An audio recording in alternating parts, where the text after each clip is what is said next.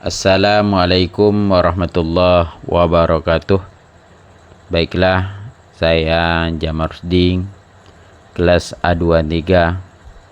Di sini kami akan memaparkan berkaitan dengan pemahaman materi sosiologi pendidikan yang telah disampaikan oleh dosen penggampu, yakni Bu Anggi Yus Susilowati MSI, pada mata kuliah Sosiologi Pendidikan. Pada pertemuan yang kedua, ini berbicara tentang selayang pandang sosiologi. Di dalam sosiologi ada 7 kekuatan sosial dalam perkembangan teori sosiologi. Yang pertama, revolusi politik. Yang kedua, revolusi industri dan kemunculan kapitalisme. Yang ketiga, kemunculan sosialisme. Yang keempat, feminisme. Yang kelima, urbanisasi. Yang keenam, perubahan keagamaan dan pertumbuhan ilmu pengetahuan. Jadi kalau kita membincangkan sosiologi sebagai ilmu yang membahas tentang masyarakat, maka kita tidak bisa terlepas dari beberapa kekuatan sosial yang berperan dalam perkembangan teori pendidikan. Itu yang kami sampaikan tadi, 7 kekuatan sosial yang sangat berperan dalam perkembangan teori sosiologi. Selanjutnya, kalau kita berbicara tentang sosiologi, maka kita tidak bisa terlepas dari satu sosok yang disebut dengan bapak sosiologi, yakni Auguste Comte. Jadi beliau ini memiliki pemikiran utama. Yang pertama, positivisme. Yang kedua, hukum 3 tahap. Yang ketiga, sosiologi sebagai ilmu pengetahuan. Yang keempat, agama kemanusiaan.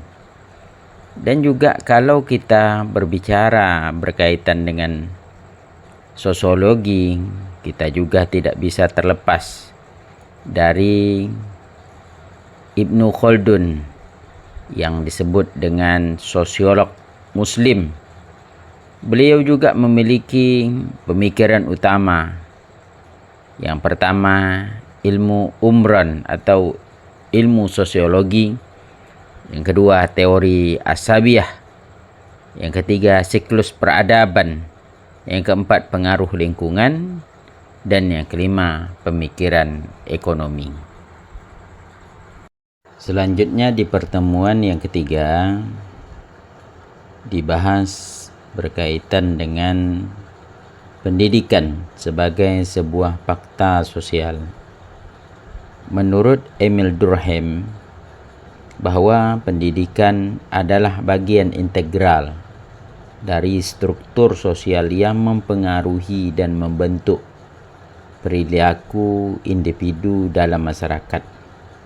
Jadi relevansi pendidikan terutama bagi mahasiswa sebagai fakta sosial sangatlah signifikan, karena dengan memahami hal ini membantu mahasiswa menyadari bahwa pendidikan bukan sekedar proses individu untuk memperoleh pengetahuan, melainkan juga bagian dari dinamika sosial yang lebih luas.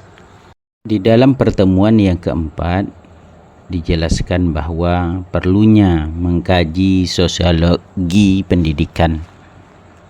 Yakni di sini dijelaskan bagaimana sosiologi pendidikan memberikan pemahaman mendalam tentang bagaimana pendidikan berfungsi dalam konteks sosial yang lebih luas. Sosiologi pendidikan mengeksplorasi hubungan antara lembaga pendidikan dan masyarakat, termasuk bagaimana faktor-faktor seperti kelas sosial, gender, etnisitas, dan kebijakan mempengaruhi akses, kesempatan, serta pengalaman pendidikan. Dan di dalam pertemuan yang kelima, berbicara berkaitan dengan sejarah munculnya sosiologi pendidikan. Sejarah munculnya sosiologi pendidikan tidak dapat dilepaskan dari kelahiran sosiologi itu sendiri. Kelahiran sosiologi tidak bisa dilepaskan dari tokoh sosiologi, yaitu Auguste Comte, seorang ilmuwan berkebangsaan Prancis. Dan jauh sebelum Comte ada tokoh sosiologi kebangsaan Tunisia, Afrika Utara, yaitu Ibnu Khaldun. Kedua tokoh ini melahirkan disiplin sosiologi murni. Pada perkembangan selanjutnya, disiplin sosiologi tidak saja mengenai sosiologi murni, tetapi telah berkembang menjadi sosiologi terapan. Di dalam pertemuan yang keenam dibahas berkaitan dengan pengertian dan ruang lingkup sosiologi pendidikan. Jadi, ruang lingkup sosiologi pendidikan itu meliputi yang pertama hubungan antara sistem pendidikan dan sistem sosial lainnya. Yang kedua, hubungan sekolah dengan komunitas. Yang ketiga, hubungan antar manusia dalam sistem persekolahan. Yang keempat, pengaruh sekolah terhadap perilaku peserta didik.